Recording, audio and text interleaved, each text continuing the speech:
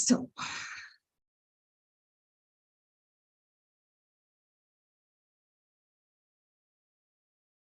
okay, we are in the thing.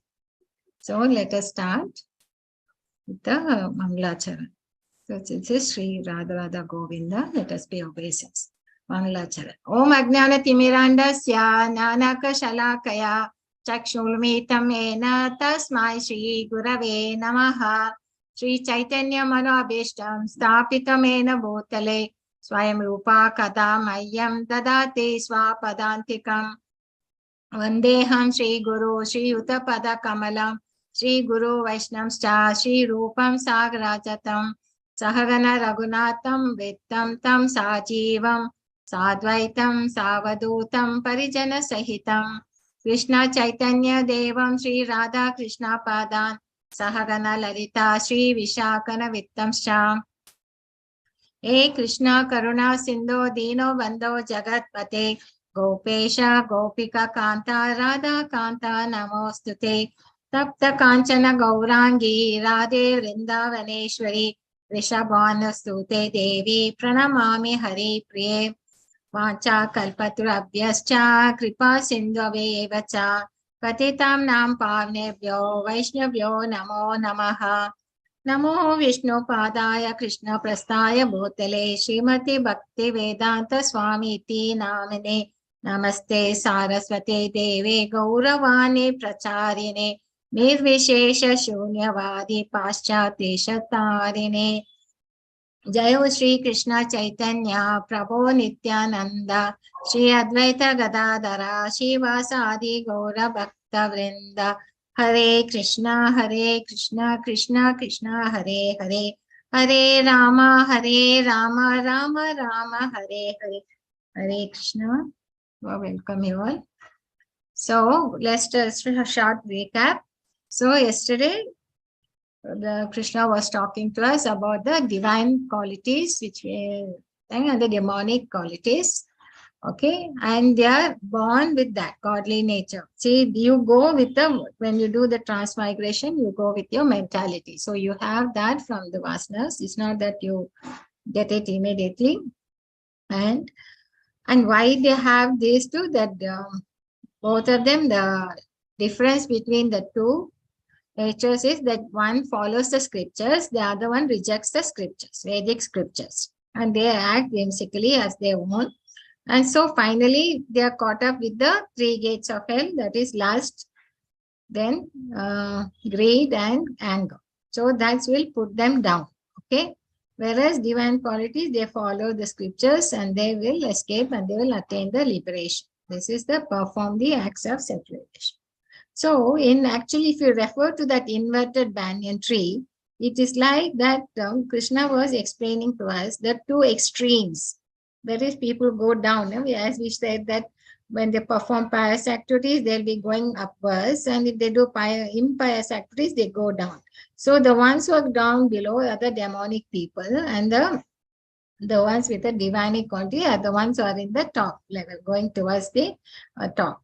So this is it. But there are some who will be in between. No? So what is that? So this is where the today's chapter is all about, which the Arjuna is going to ask. Okay. So Arjuna's inquiry is about the unauthorized worship. How do they don't follow this thing, but they have some kind of faith in something or the other. So that is, they are not following the scriptures, but they are having their own kind of faith. So something they believe in. So what is that? Basically, whatever they want, that's it.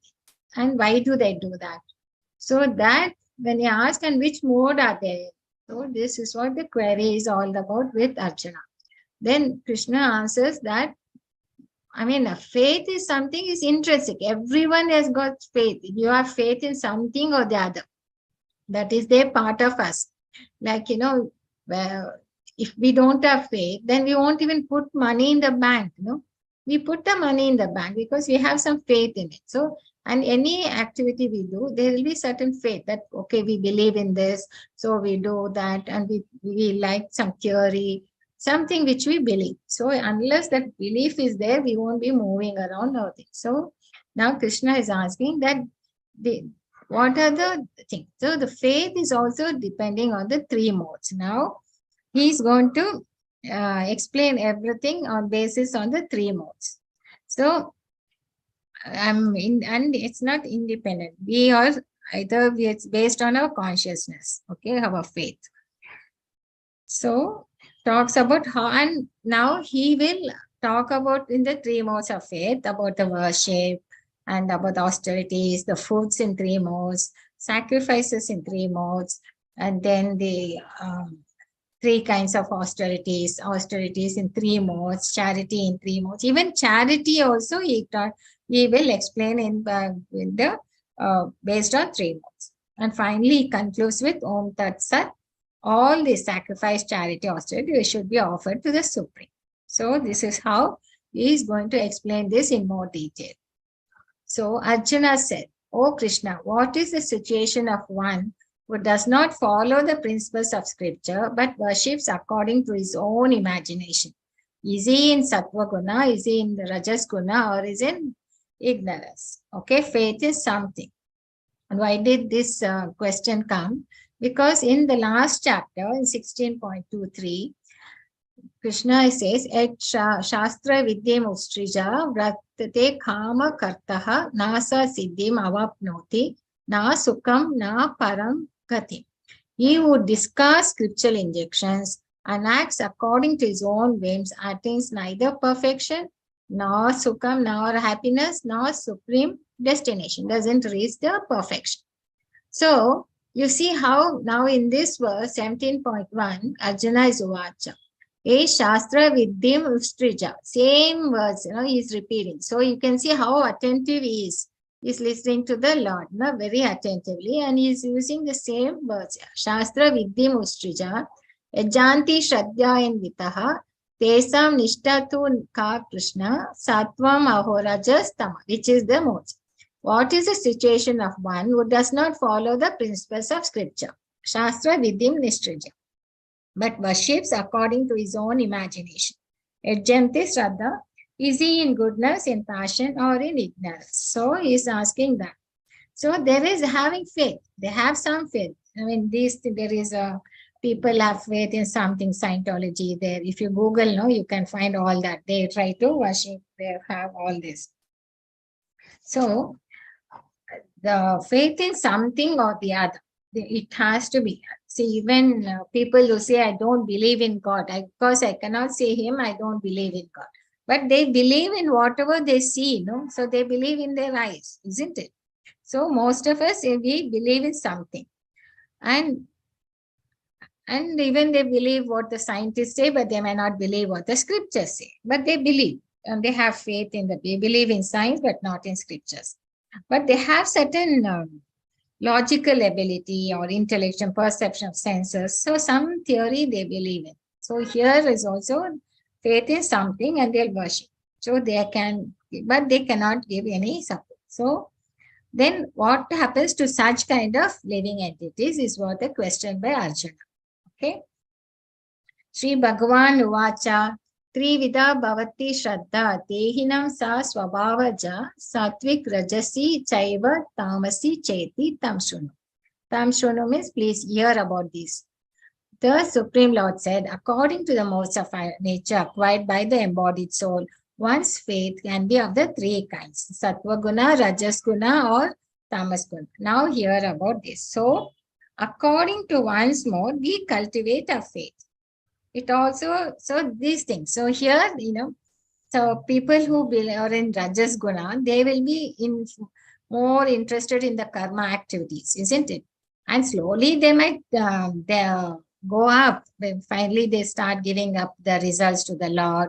And then slowly they might, finally, they go to higher planets because they'll be in the Nishkama Karma Yoga and slowly they can give up. There is a possibility. Whereas in Sattva Guna, they'll be cultivating knowledge, what to do, because I said, they are attracted to knowledge and happiness. So they will be focusing on the knowledge, jnana, and liberation and try to get and reach the Brahma Jyoti jnanis. But there are some who are Shuddha Sattva, where they know everything is the Lord, Vasudev Sarvamati. So they resort to Bhakti Yoga. So they are Karma Yoga, yeah, Jnana Yoga, yeah, Bhakti Yoga, and they ultimately reach the thing. So it all depends upon what faith is also depends upon the modes you are in. So according to one's existence under the various modes of nature, one evolves a particular kind of faith. Living being is said to be a particular faith according to the modes he has acquired. So, and this all depends upon our habits, actually. Some are rajasic, some are sattvic, and we have some total of habits. There is a saying like, what we think, then that is what becomes our words, and the what words come, it becomes our habits and actions, and what actions with actions will lead to our habits, and habits will lead to the formation of character, and character will lead to the destiny. So it all starts with the habits which we have. You might only start with, okay, I'll just smoke once and just see how it is, and slowly you will get into that habit, and then finally you become a smoking in this.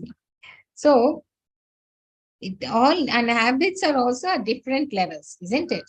And some, it all depends on heart desires. So this is what it happens. If the faith is that they wants to have more money, then he will be in that mode. That is what is believing in, that he must have money, only then he'll be comfortable. Or some people want to become very famous. So that is what their belief would be. So they will work towards that. Or some would be noble values and things. Then you know how Mahatma Gandhi believed in non-violence, ahimsa, and he brought into the every people into that, isn't it? He had the firm conviction on that. So each one has their own way. Okay. So I just thought I brought this slide up like yesterday, because to just to keep reminding us what is the things which is attracting to the gunas. So I said knowledge and happiness is the elimination for sattva guna, whereas rajas guna are more into their unlimited desires and to the fruitive activities, whereas tamas guna is in the sleep, indolent sleep, and they don't believe in ignorance. They are in the mode. Okay, this is just repeating. So then Krishna, Lord continues to say, Yajanti Sattvika Devan, Ekshasmi, Amsi Rajasaha, Pretan Bhutam, Ganamsha Chanya, Yajanti Tamasa. So how do they worship? Men in the mode of goodness worship the demigods, because they know they will get happy with, even if they get material benefits, they are in that mode. So they'll be worshipping the demigods. Those in the mode of passion worship the demons. So demons may need not be in the demons, but even powerful men, they will, because they are more worried about the fruits of activities, how to become successful. Even if they have to go behind the, say, in the central government officials and try to, officials could be any kind of nature, but still they'll go behind them to get their work done.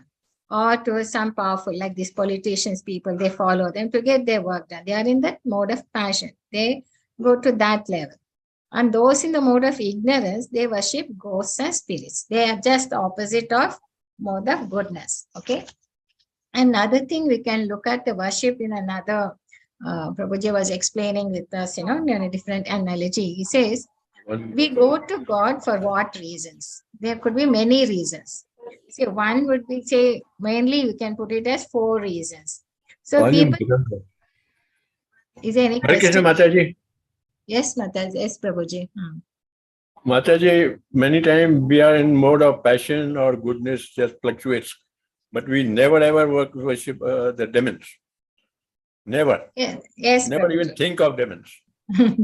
Yes, Prabhuji. Ghosts and spirits. There are people, Prabhuji, in the villages and all, they will worship the ghosts and things. And there are people, like Hitler and all that. They were all demonic, they believed in that. So they were all demonic. And people just followed them, So that's what we say, worshipping the demons. So in India, most of us are not in that. But in villages and all, they go and they say this tree has got some spirits, and they still worship certain cosmic people. They go into such, and they get entangled by the astrologers or certain kind of people. who will pull them into that direction. There are there. Okay, we cannot avoid that. There are people like that. So normally when we go to temple, people go to God, the temple out of fear. Oh, they have to go, otherwise something will happen. I know that fear is there in our mind. Or like we pay tax, no, out of fear. So it is not bad. At least you are going to the temple, because even if you are fearful and thing, but still you go, right? But like if you compare it to, suppose your parents are in a city, and when you come to visit the city and you want to go to your friend's house, but still, you have to go and meet. Otherwise, if the parents come to know that you are there and you have not come to him, they will get unhappy. So you are scared. So you just go and visit them out of duty, like. But when you're not going with love, see, there's a difference. So when you go to the temple, you're going with fear. So there are people like out of fear, you go to temple. It's not good, but it is okay. That is at least you're going. Even fear is there on your mind, it works. For people who are in tamasic, no, you have to give them fear. Only that will work. Nothing else will work. Because astrologers will also play on a fear. Say you have this dosha, you have to do this puja, you have to do that, and you will be spending money on this. And basic thing is you're fearful. Okay, there's an immediate. But if you, instead of fear, it is better to go to God with some desire. Like you want something, you want some benefits, you want to that. At least you can go with desire. Like Dhruv Maharaj, Sugriv thing, they all went to the Lord for this thing. So how you can view that is like, see, when fathers, when sons go to the father and ask for some money or for something, the father is happy, no, to give him that, give him whatever he wants, right? But if you go and meet him with fear, no, you may not like it. You like him to come to you willingly, not with the force. So just like that, if the Lord, but slowly, you will get purified. Like Dhruv Maharaj, his desires got purified. Desires, once he met the thing, he got a benediction by the service, by the mercy of the Lord. Because the Lord saw how Shraddha he had and how much dedication, how austere he performed these things. So then he gave it through his mercy, he could get the understanding and realize that desires was what was not, it was just like a pebbles and not, and he was getting diamond itself. So they get purified. Okay. But that is something we do that. Either with fear or with some desires, you go to the Lord. Or you go as a duty. Your parents have told it's your duty, you should visit the temple at such and such a time, in the evenings, in the mornings. So as a duty to a parent or to a thing, you just go and do it. So either we go as with fear or with desire or with duty, right? But if you go with love, because you love him, the Lord, and you think that is totally different. So that becomes, it's very rare. When devotees just visit the thing with prayer, that is okay. So that is the difficult. So we can see how different natures play on our minds. No, I just took this example to illustrate about this worship. How people go to the Lord. So this is how the Lord says how the nature of the people think. See, in this chapter is more of our lifestyle. Okay, you should see how it is happening in the real life, right? Then those who undergo severe austerities and penances not recommended in scriptures, performing them out of pride, egoism, lust and attachment, were impelled by passion and will torture their bodily organs as well as the super soul dwelling within are to be known as demons. See, this kind of yoga is not required. Putting your head down into that thing, what is the benefit? It's only to show off, isn't it? It's only your egoism. And lifting the Kailash here, and then you saw Hiranyakashipu became so emancipated, and all that austerities is what? To get some power, some benediction, right? Some power. And they go torch. And these are not there in the scriptures, but they do it out of pride or lust and attachment. So they are misled mentality. That is, they are not understanding what is there, they don't look into the scriptures, no? So that is the reason. Misled mentality they have. Now, Krishna is going to talk about the foods. So foods in the mode of goodness increase the duration of life, one's existence, give strength, health, happiness, and satisfaction. Such nourishing foods are sweet, juicy, fattening, and palatable. So, food also, the Lord is discriminating in three kinds: Rajasic, Sattvic, and Tamasic. Foods that are too bitter, too sour, salty, pungent, dry, and hot are liked by people in the modes of passion. Such foods can be lead to distress and disease. That also happens. You eat too much of hot stuff, no, bitter, sour thing, it always upsets your stomach. Food cooked more than 3 hours before being eaten, which is tasteless, stale, putrid, decomposed, unclean, is food liked by people in the mode of ignorance. There are some people who eat such kind of things also, like in cheese and all, there's something like that they eat. So, and so we get sattvic food is ayu, health, sattva, and bala. Okay, this is what we get, happiness, right? And also there's a saying, no, we are what we eat, isn't it? So this is how the discrimination of the foods.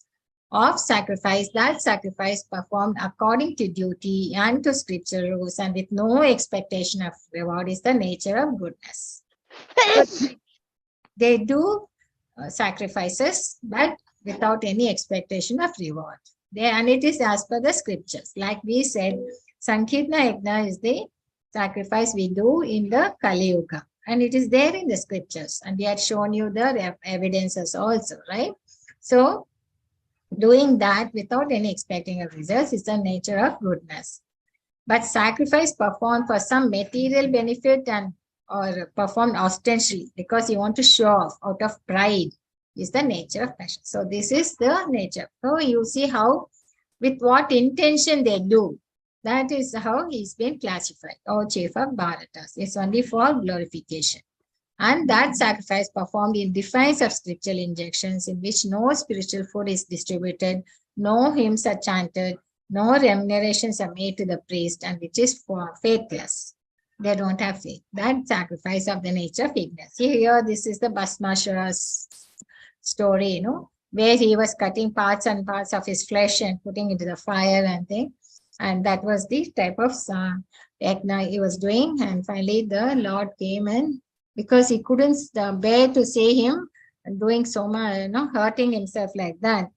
And he comes and gives him, you might think, why did he give his benediction? But he was so much, and Lord Shiva is very, very kind, very merciful. So he knew that this is a demonic person and he will ask something which is not right. But still he couldn't bear to see him getting hurt like that. Okay. And gives him. And finally, the Lord Vishnu had to come to finally finish off the demon, right? That's what the story we know that. So it produces a demonic mentality because they are such sacrifice when they do, they are only getting a demonic mentality. So we saw worship, we saw the food, we saw the sacrifices and the thing. So Deva Dvija Guru Prajna, Pujanam Saucham Archavam, Brahmacharyam Ahimsacha, Shariram Tapa Uchyate. So austerity of the body consists of this. Austerity means how do you perform, you do the thing. That means austerity means something you do willingly to take up some difficulties, some uncomfortables. So worship of the Supreme Lord, the Brahmanas, the spiritual master, and superiors like father, mother. Then that is the how you put Sashtang Namaskar to them and all that, Andvat Pranam.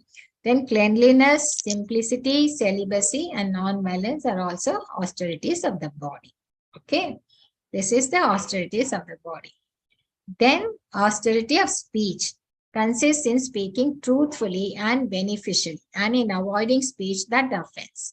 One should also recite the Vedas regularly. So that's what the austerity.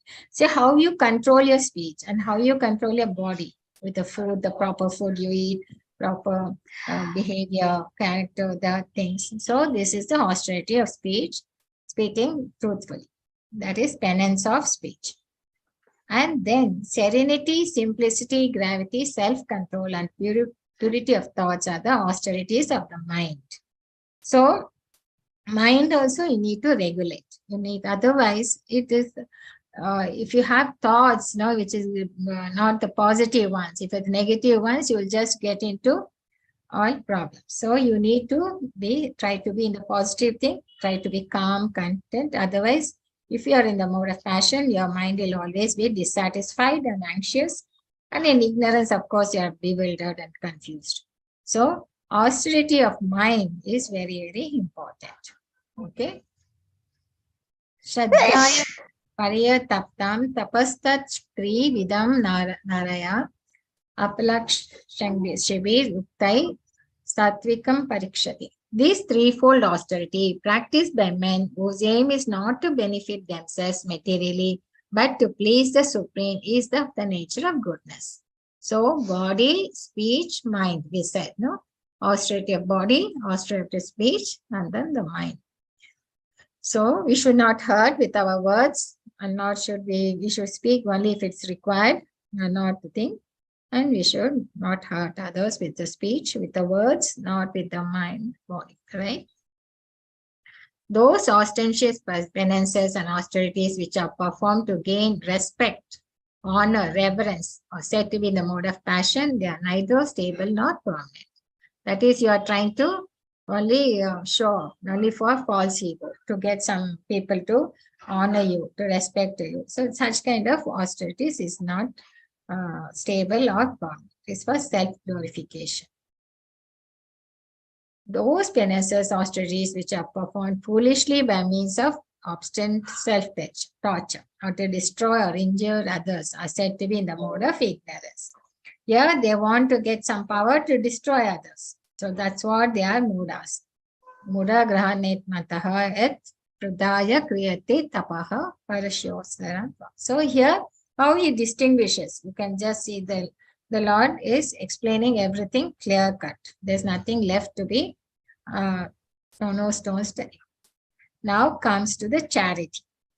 That gift which is given out of duty at the proper time and place to a worthy person and without expectation of return is considered to be the charity in the mode of goodness. It's not that you don't do charity, but do it, be discriminate.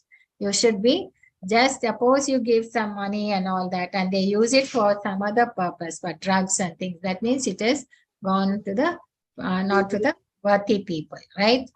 And if you try to give charity to expect so that people can honor you and things, that is also not right. So here, the dhanam which is done, this mode of goodness is done out of as a duty, okay? At the proper time and place to a worthy people. So we should be discriminate when doing charity, and we have to be very careful. Otherwise, we will get the reactions of that. Please, you don't touch. But charity performed, I'll just mute on so that, okay. So charity performed with expectation of some return or with a desire for fruitive results or in a grudging mode is said to be charity in the mode of passion. So you see here the person is giving and is taking a selfie so that he can put it in the Facebook or in the Twitter or something. And so to show. And this happened, I think, many examples we saw in the, when we had the two epidemic, no? Corona epidemic, and many of these politicians were trying to show off this charity in the mode of passion. Okay. And charity performed at an improper place and time given to unworthy persons without respect and with contempt is charity in the mode of ignorance. He doesn't care, he just gives them so that, okay, he wants to use it for drugs, I don't care. Like that, if you are doing the charity in without any respect and with contempt. So it is, you have to be very careful when you give charity. At least if you give them food, that is better than giving them money. Because food, at least, they'll eat it or they'll do it. But money, we don't know how they're using it, isn't it? So we have to be very careful in giving charity. So this is how the Lord is explaining. So from the beginning of creation, the three syllables Om Tat Sat have been used to indicate the supreme absolute truth. They were uttered by Brahmanas while chanting Vedic hymns and during sacrifices for the satisfaction of the Supreme.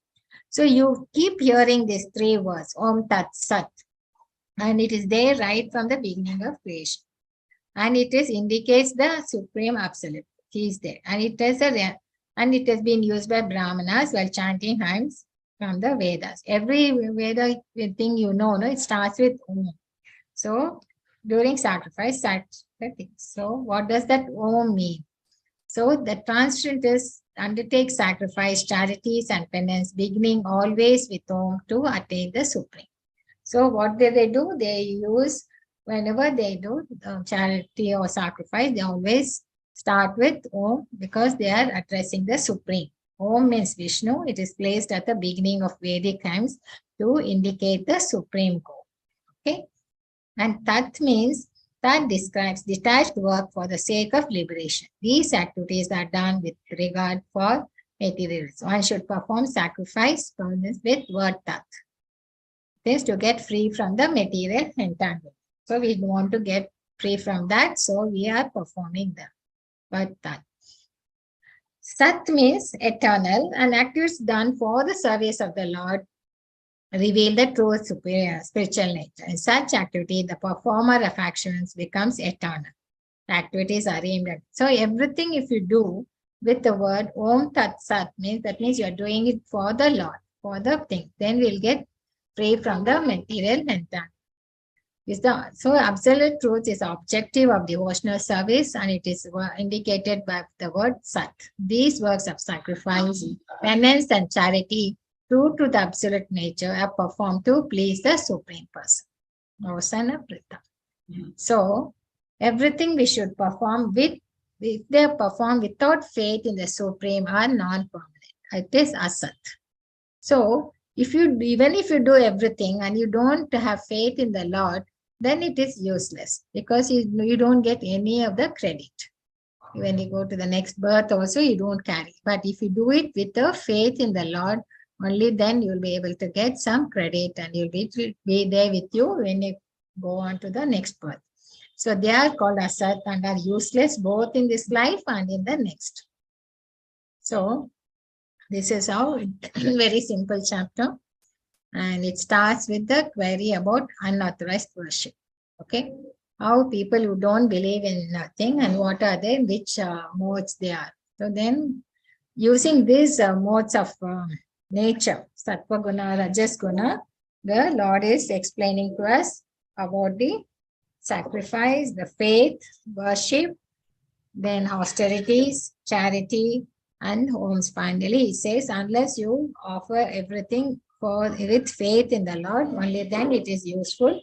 Otherwise, it's not worth it.